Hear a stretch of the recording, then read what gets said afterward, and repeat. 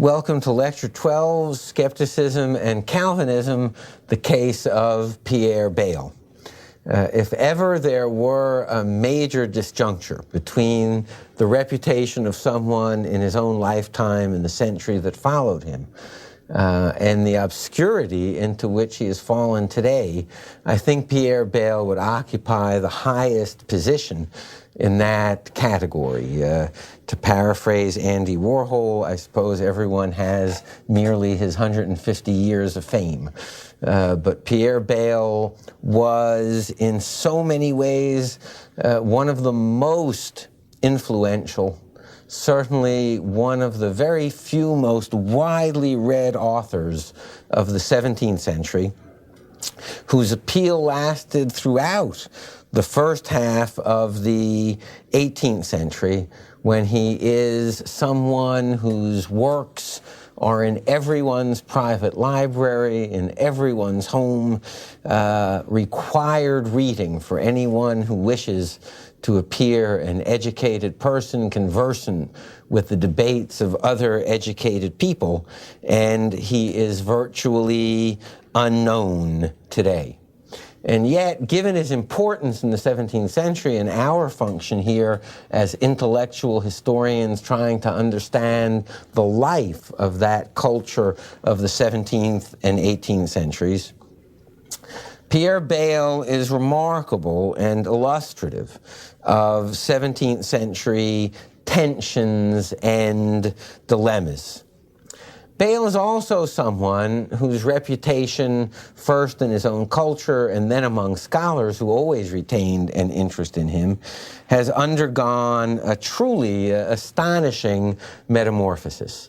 Bayle is known throughout almost all of his own lifetime as a deeply pious, erudite French Calvinist, and the term for that is Huguenot.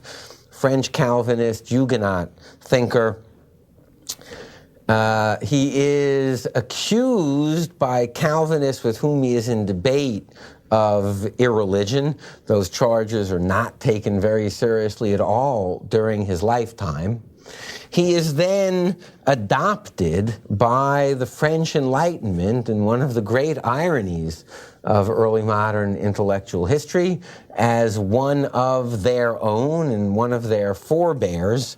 And throughout the 18th and 19th and well into the 20th century, Pierre Bayle, this deeply religious, pious, fideistic thinker, if you will think back to the lecture on Pascal, is known as Bayle the unbeliever, Bayle the religious skeptic, Bayle, father of the Enlightenment.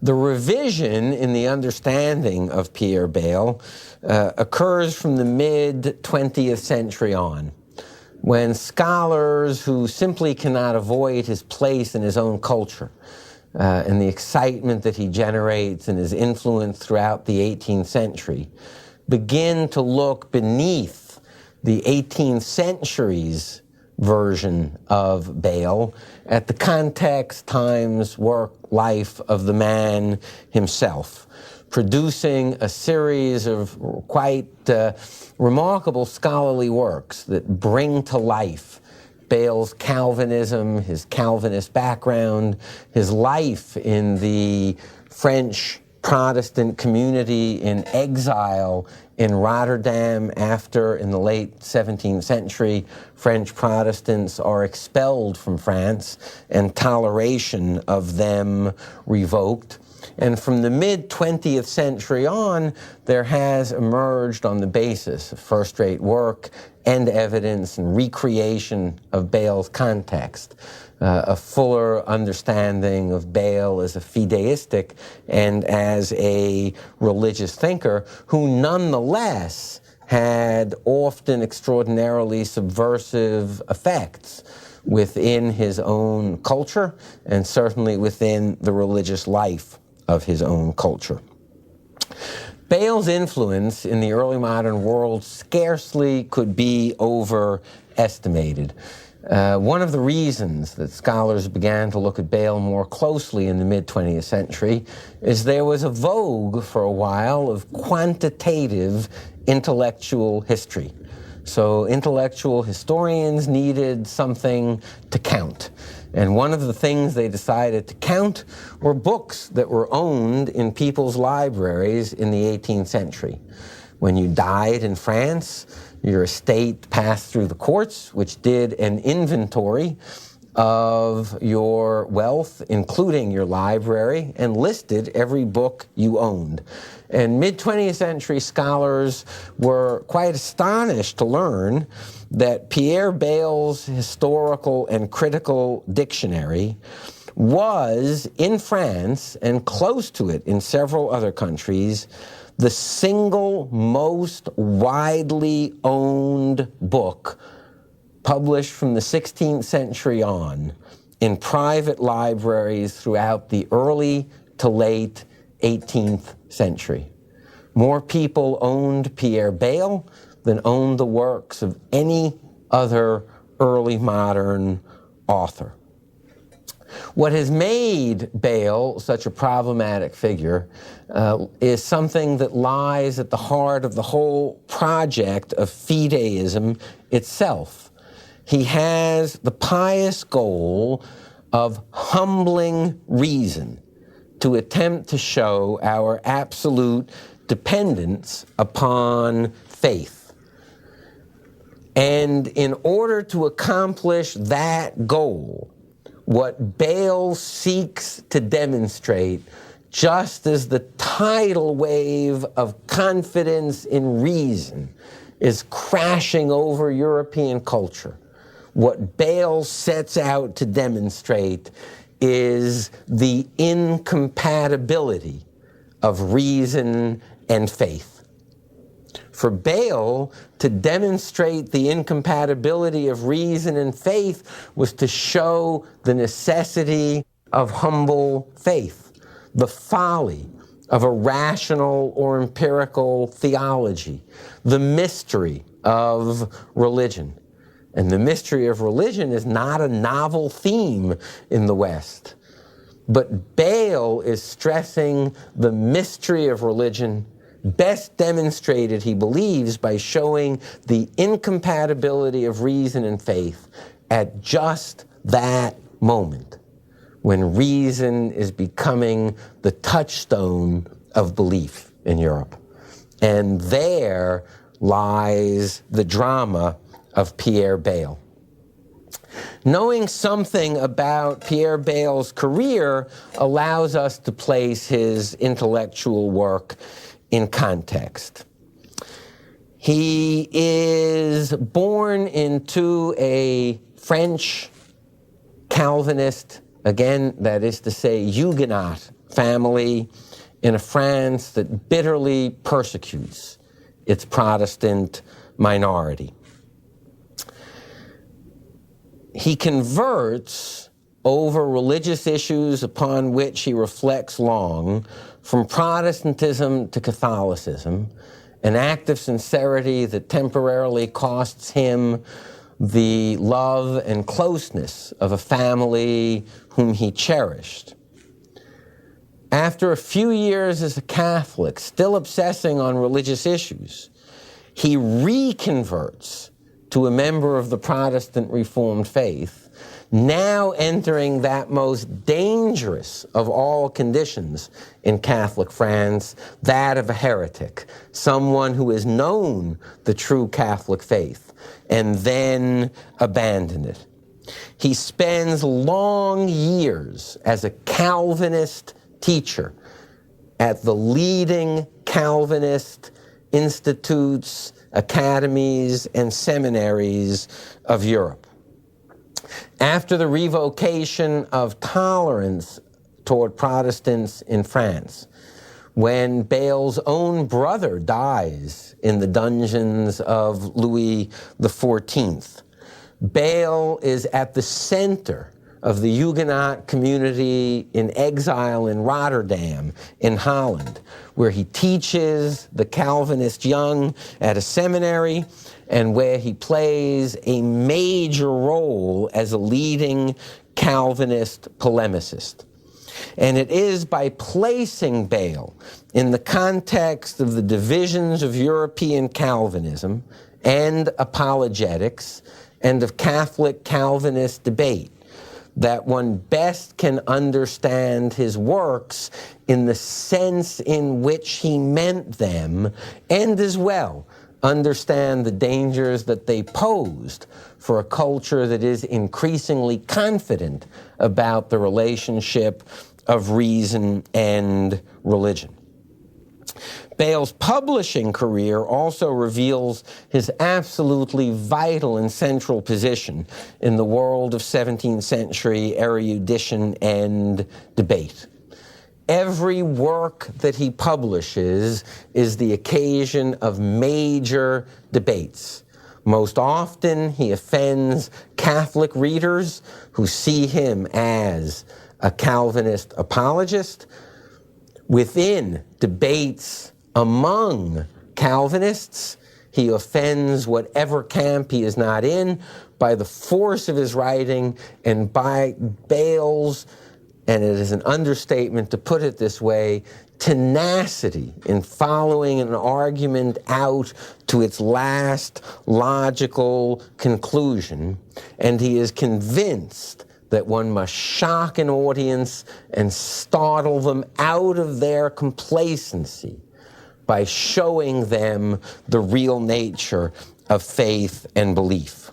And then there is the truly unparalleled early modern publishing success of his historical and critical dictionary, a 4-volume, alphabetically arranged series of articles about almost everything, in which innocuous articles that are quite brief contain explosive footnotes with major philosophical, religious, historical, scholarly, erudite commentaries. It will go through edition after edition, expanding, and it is that work that is one of the most widely owned and read works of the early modern world.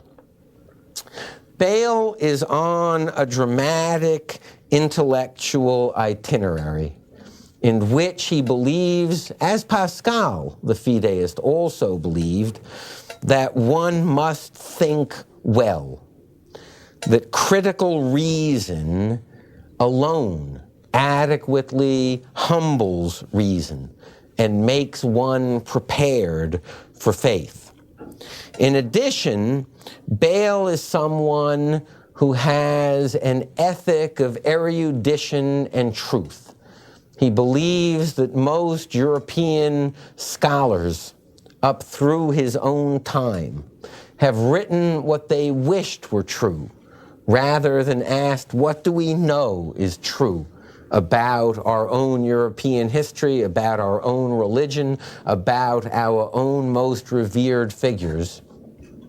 And Bayle is determined that faith never fear erudition and truth or critical reason.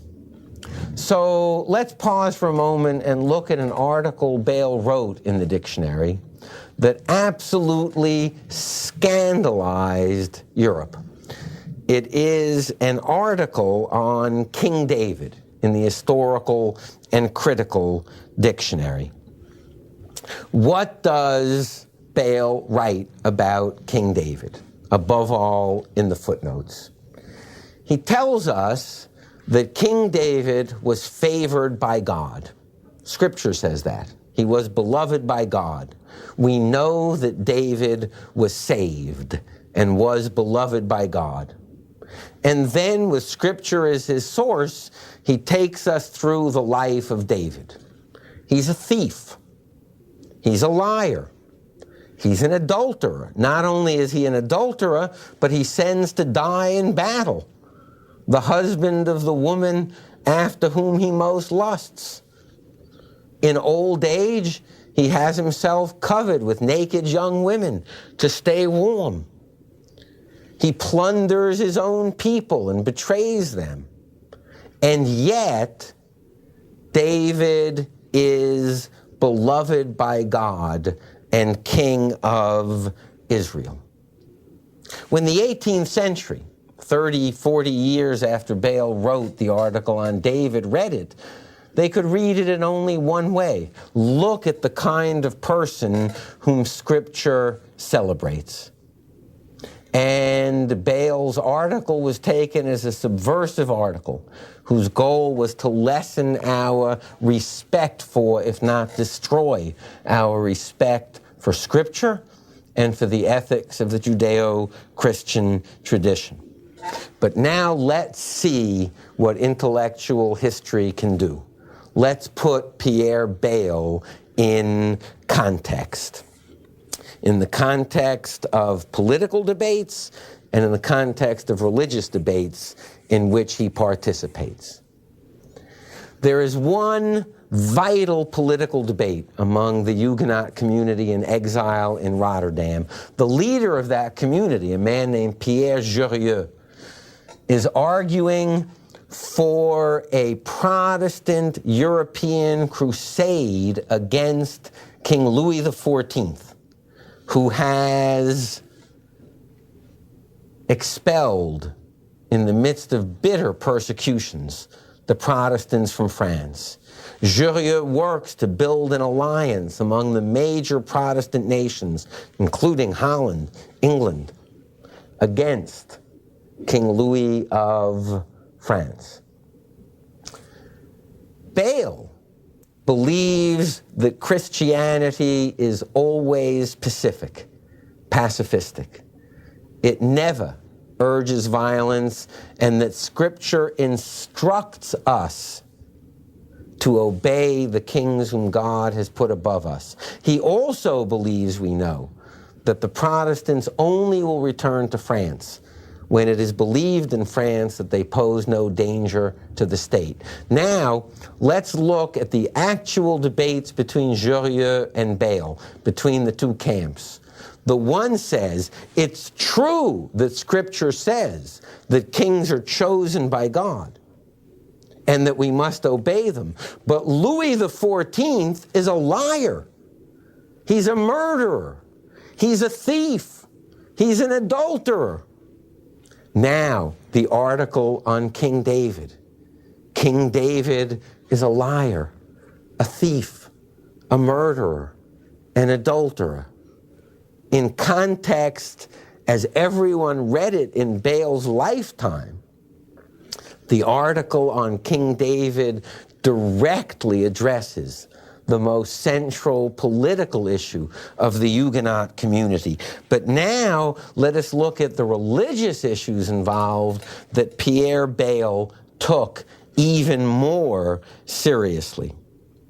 In the debates between Calvinists and Catholics, Catholics address with great force and success the Calvinist belief in predestination, that God elects in absolute mystery those whom he will save. The Catholic critics of Calvinism, with telling force, will say, so the worst sinner could be saved and the most pious person could be damned, given the Calvinist notion of predestination, given the Calvinist notion of the mystery of salvation, that it is something beyond human comprehension. And here, the full force of Bayle's article on King David is revealed. There are two choices. One abandons traditional Augustinian and Calvinist theology on the mystery of God's grace and power that surpasses all human understanding, or one defends it against the Catholics and defends the ineffable, incomprehensible will and mystery of God and grace. And there, the article on David explodes. Look at Scripture, Bayle says.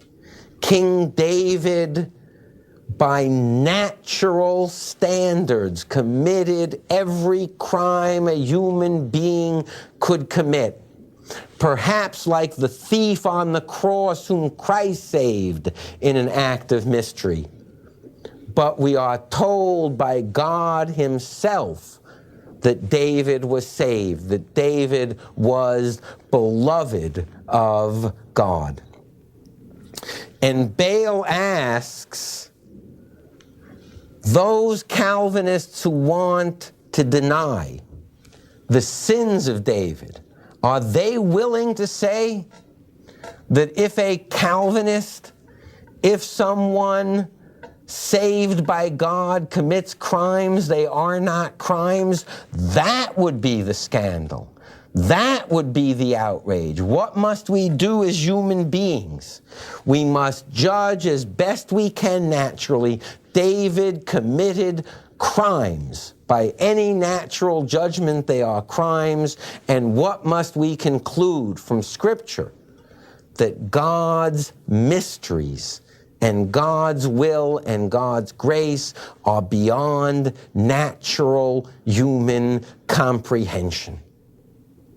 That is irreligious, Bayle asks, to say that the will of God is incomprehensible to man, that God's reasons surpass human understanding, that human beings are not the ultimate measure of things in the world. For Bayle, one must humbly accept faith and the humbling of reason that comes with it, whatever that scandal. Because if there is to be faith, not persuasion, the mystery of faith, then there must be an obligation to natural judgment, an ability to distinguish between natural judgment on the one hand and the mystery of faith on the other. Other articles that Bayle writes in the dictionary equally scandalize his contemporaries. 3 articles, for example, address the problem of evil. How could there be evil in the world given the infinite goodness of God? In one article, Bayle addresses whether or not reason can overcome the problem of the coexistence of an infinitely good God and evil. And he revives Epicurus's argument from ancient Greece. He says there is no way to avoid the natural conclusion either God could prevent evil, but chooses not to, in which case, by any natural judgment, he is not good. Or God wishes to overcome evil, to prevent evil, but cannot, in which case he is not omnipotent. For Bayle, there is no answer to that by natural reason. Belief in the goodness of God is a matter of faith that surpasses natural understanding. He looks at the question of evil from the perspective of the data of the world.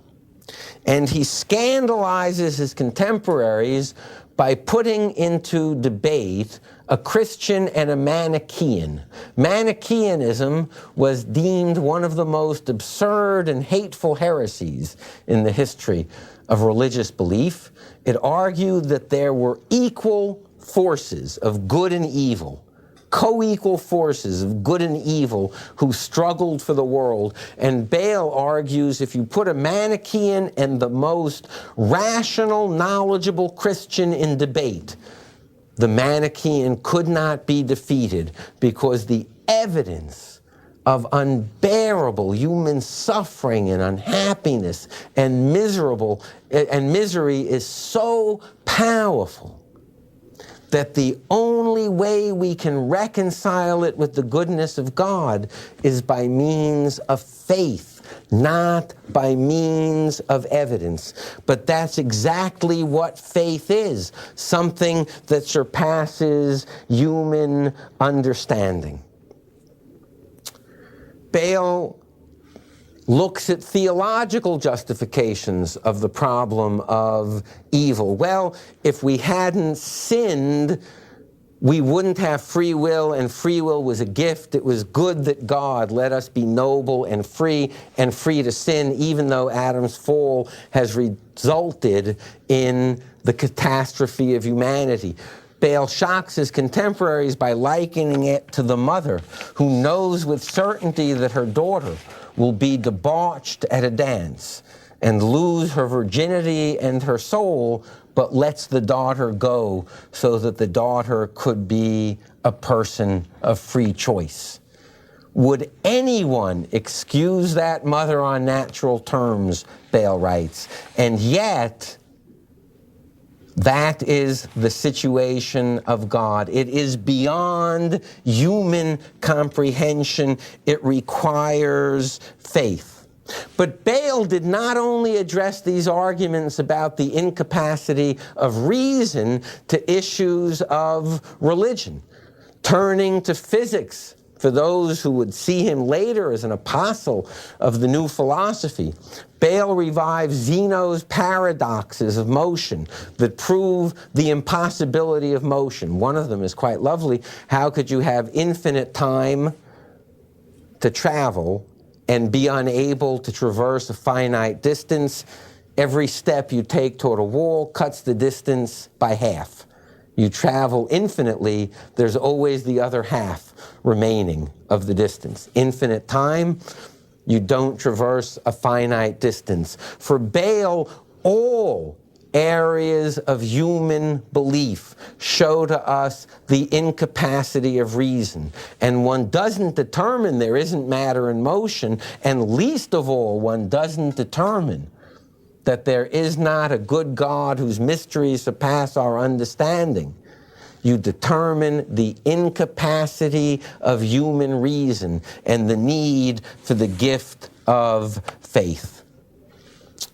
Bayle is someone outraged by the religious intolerance of his age, that people have the confidence of their beliefs such that they will torture, imprison, and kill in God's name for them, indicates an arrogance of belief, a deadly arrogance of belief that is the absolute antithesis of Christian humility. The humbling of reason not only values faith for Bayle, it values humility, it values a tolerance in which you have no arrogance in your own belief and ask only to be left alone to follow your own faith and conscience without harm to others. Opposed by outraged theologians as someone writing dangerous works, Bayle attempts to criticize the very foundations of his culture's intellectual inheritance, trying to show, and here the fideist, the philosophical skeptic, and the Calvinist, and the defender of toleration and conscience join hands, trying to show that most Christians are superstitious and arrogant individuals who have departed from simple faith. And so he writes to show the history of the Christian fear of comets, the absurdity of witchcraft belief, the nonsense that most people have believed in most times and places.